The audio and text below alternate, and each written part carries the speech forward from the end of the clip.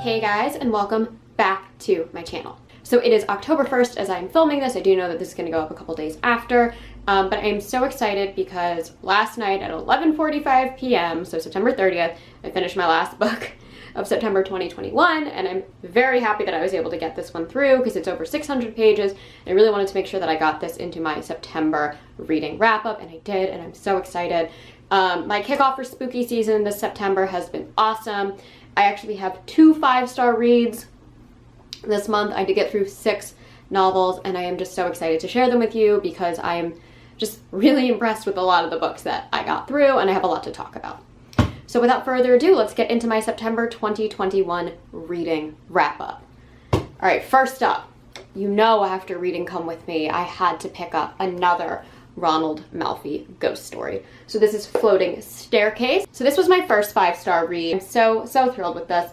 This is a story about a horror writer who was haunted by a death that occurred in his real life that inspired a lot of his writing, who moves into a new house next door to his brother in a little neighborhood in the middle of a small town in Maryland, and believes his house is potentially haunted and that a victim who may have lived in the house is trying to communicate with him from the dead.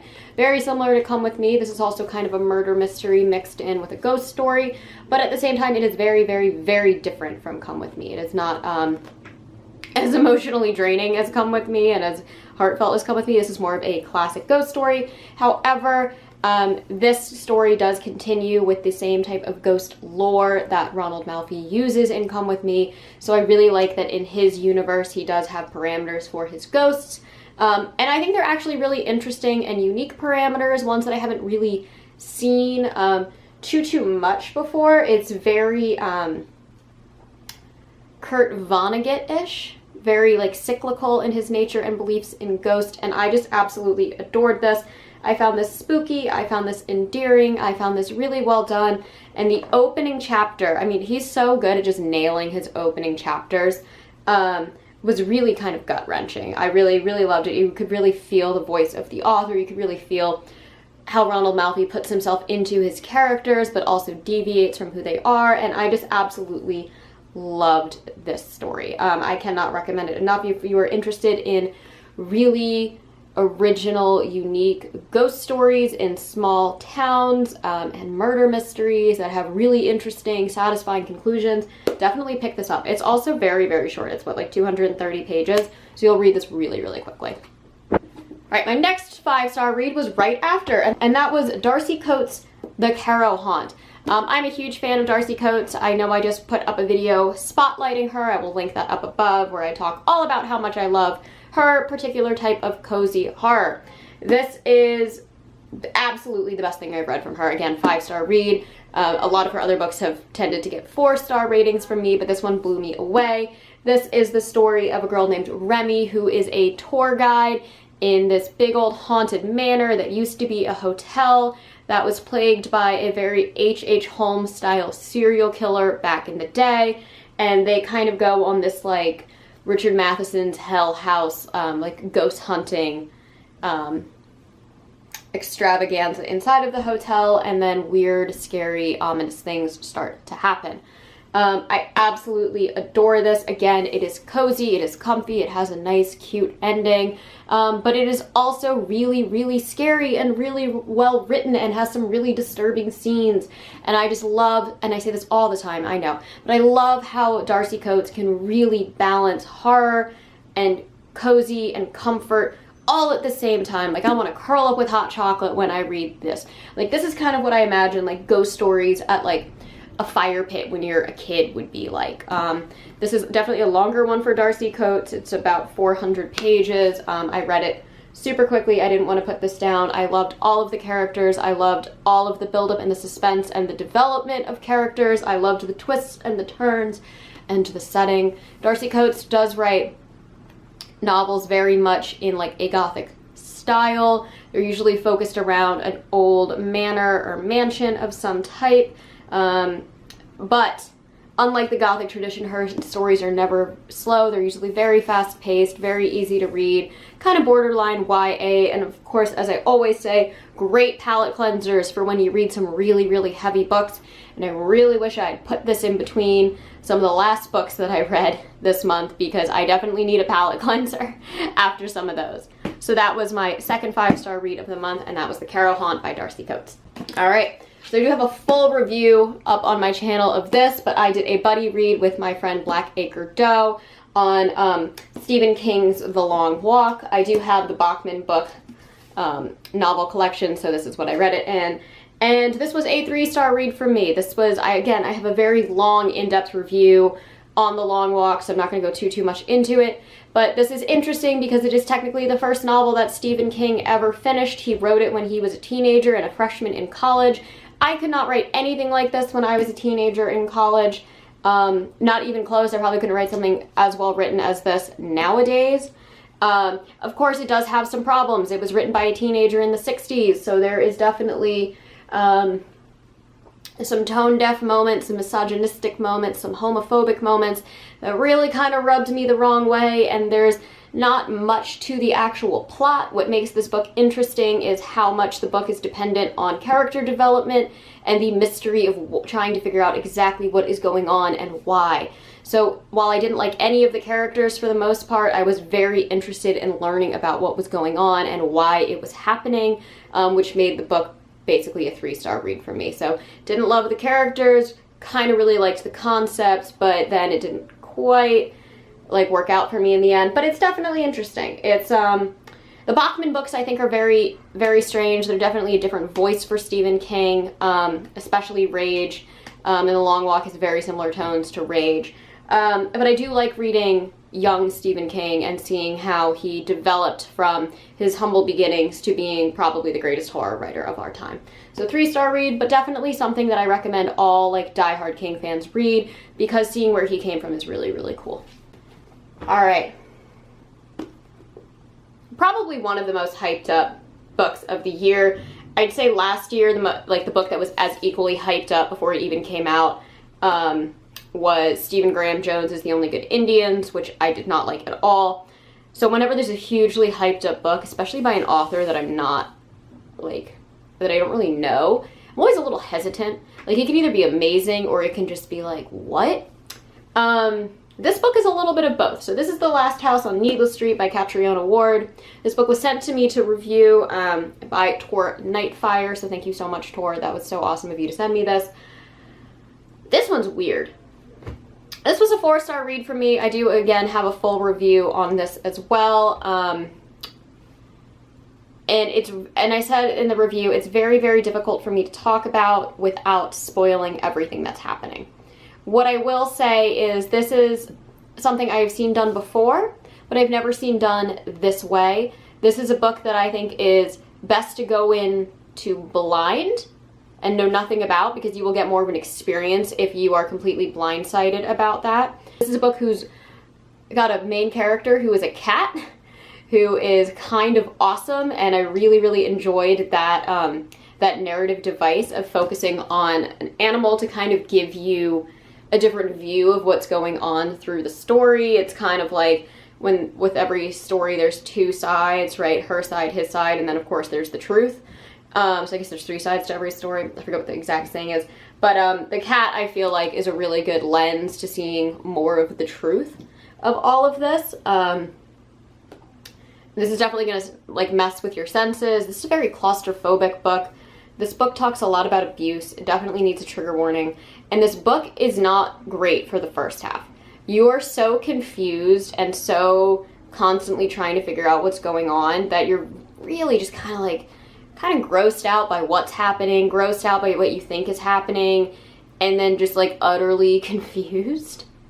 And then once you start to piece together what is going on, it does ramp itself up to what became a 4-star read for me. The basic premise is it's about a man and his cat, and the man years and years ago was a potential suspect for a little girl who went missing, but they could never find any proof that he did it. And that's kind of all that you know. And you just kind of go in and kind of wade and feel out the waters and hope that all of a sudden it makes sense. I will say I predicted the twist in this. There's a couple twists in this, but the main twist I was able to figure out. It didn't really ruin the book for me, and the only reason I was able to figure it out is because I've read books that have done this before, and I have seen films that have done this before. Though I do really like how Catriona Ward handled the main message of this novel, and I think it comes across very strong. It is very eerie and it is very disturbing, and I feel a lot of ways about this book, and because the book made me think so many things and feel so many ways, it got a 4-star read. I don't necessarily know if this is a good book, but I would not discourage anybody from reading it because I think it is definitely a book worth reading. I don't know if that makes sense. I feel very similar to this book as I do about I'm Thinking of Ending Things. I think it's an amazing book to read. I don't know if I like that book. But it does make you think, and that's, I think, the most important part. So 4-star read, definitely interesting, definitely something very unique, but also at the same time, definitely something I've seen done before.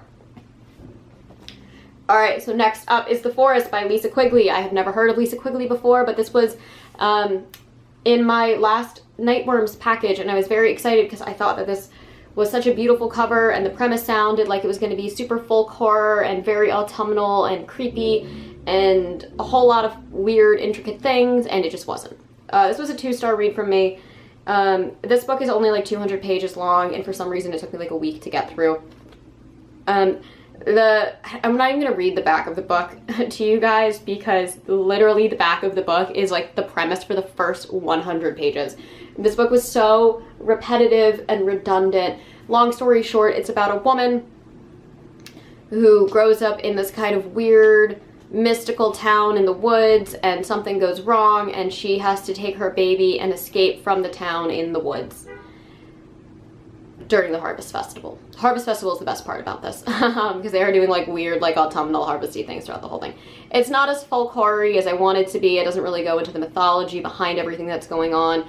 There's like one really well-written creepy scene in a tunnel in this, but even that doesn't really go anywhere. I don't know, this is just kind of a huge miss for me. I feel like if this had been a short story and was nowhere near as repetitive as this thing was, I would have really, really liked it. Because I did like the concept, but the fact that what could have been told in about 35 pages was dragged out to about 200 really kind of nagged me.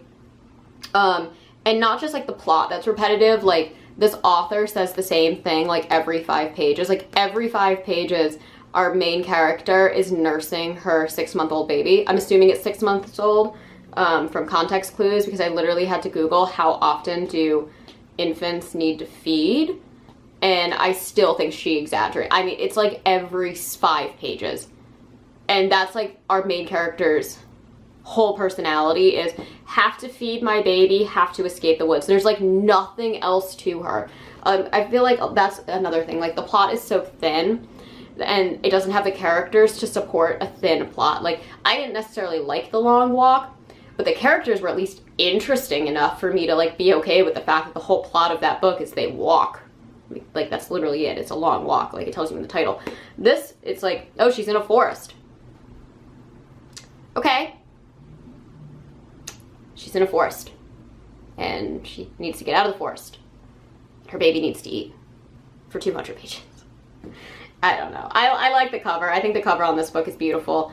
I just really, really, really wanted it to go further than it did, and it just didn't. Short story, this could have been really cool, but it got very redundant very quickly, and I was just underwhelmed with it. Okay, last but not least. Oh, I'm very excited that I finished this one. So this is No One Gets Out Alive by Adam Neville. I read this literally because Netflix just released the film adaptation of this movie. I feel like Netflix is doing a lot of like, let's grab these like lesser known indie horror authors and make like huge like movie hits with them. Like they did Bird Box, they did The Ritual, which is also by Adam Neville. They just did one other one too that's coming out. I know they're doing The Chestnut Man. What was it? Oh, and they did I'm Thinking of Ending Things by Ian Reid. So they're just like grabbing a ton of them. But if you've watched this channel for a while, you might know my thoughts on Adam Neville. Adam Neville has really pretty much not written a book that's gotten a 5-star rating from me, anything that I've like gushed over and loved to death. And I've only read 3 books from him. I read The Ritual, The Reddening, and Now No One Gets Out Alive. And I did not like The Reddening. I did not like The Ritual.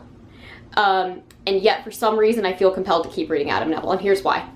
I did not like The Reddening. I found The Reddening really weird, hard to read, really dislikable characters. But The Reddening is one of 3 books that have actually scared me. It by Stephen King, Misery by Stephen King, and The Reddening by Adam Neville are the only books that have ever really, really unnerved me to the point that I still think about how scary they are to this day. I mean, The Chamber of Secrets, when Aragog first pops out, that scared the crap out of me as a kid, but like I've definitely gotten over the spider thing. But there's a scene in The Reddening that deals with the main character's boyfriend that I found so disturbing, difficult to read, unnerving. I had to put the book down. Like when I have to put a book down because it's so disturbing and creepy, that's how I know that it's really scared me. And I thought about that scene for like weeks afterwards. So I knew Adam Neville could really write a good scare. And then I picked up The Ritual. And The Ritual I loved for the first half. The Ritual is written in 2 parts. I adored the first half. I thought it was a 5-star read. I thought it was one of the best things I've read from indie horror. Totally see why it was turned into a film. I thought it was fantastic.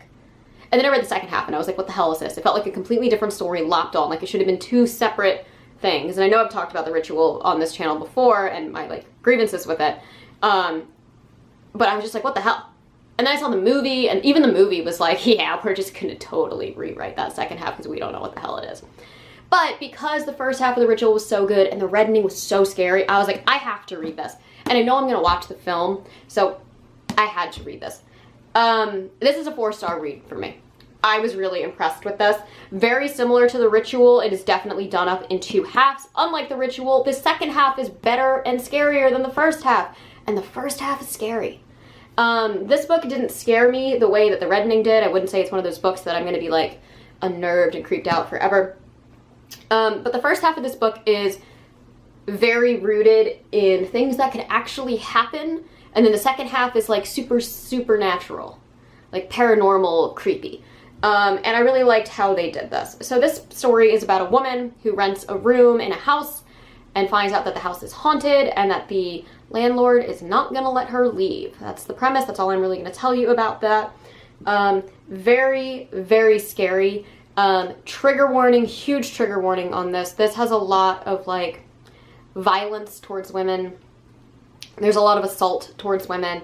It's very disturbing. The first half, again, even though there are little like ghosties popping up every now and then, the first half is very real. And it's definitely a reality that women have faced in the world, and that's what makes it so much scarier. And I mean, it is so claustrophobic, it is so unnerving, it is so, like, you feel like you need to take a shower after you've read this book. It's so gross. But it is very well written, it is extremely unnerving, and then you get to like the folksy, whatever the word would be, like supernatural paranormal side of this, and it just full 180 spirals to like, oh my god, what is going on? And I actually did think that the second half is better than the first half, even though the second half is only like actually a third of the length of the first half. But I like this. It's 2 different types of terror, 2 different types of horror, whatever you want to call it. One rooted in reality, one rooted in paranormal. Super, super creepy. Definitely worth the sludge to get through. Like, again, you feel real gross reading this book. But it's worth it, and it's very well written, and I don't know if it is the best thing that I've read from Adam Neville, because the first half of The Ritual still knocks my socks off every time I think about it, but as a whole package, this is definitely the best thing. So really, really, really happy that I read this, and I have Last Days here, which is his other big, super scary, well-recommended book, and I can't wait to read that very soon as well. So yeah. Great book. Can't wait to watch the movie. I might actually do a video review of this book in comparison to the movie. I don't know. I definitely want to do something with horror adaptation films soon, so we'll see. Anyways, this was a great month for me. I got through 6 novels. A bunch of them were pretty hefty in length. And I have my October TBR all set. It's a little bit more than I think I can get through, but I'm going to really, really try. And yeah, I am so excited. It is spooky season, guys. We have made it It's the best time of the year. I'm so excited for it. So yeah, as always, thank you all so much for watching. I post every Monday and Thursday, sometimes on Saturdays, pretty much like always on Saturdays now, but I'll probably skip some eventually. And yeah, if you enjoy these videos, hit the like and subscribe button down below, and I will catch you all in the next one. Mwah. Bye.